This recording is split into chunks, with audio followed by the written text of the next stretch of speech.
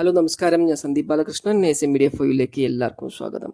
അപ്പം ഞാൻ ഇന്ന് വന്നിരിക്കുന്നത് ഒരു ഷോർട്ട് റിവ്യൂ ആയിട്ടാണ് ഒരു മലയാള പടത്തിൻ്റെ. ഇപ്പം കണ്ട് വീട്ടിലെത്തിയിട്ടേ ഉള്ളൂ.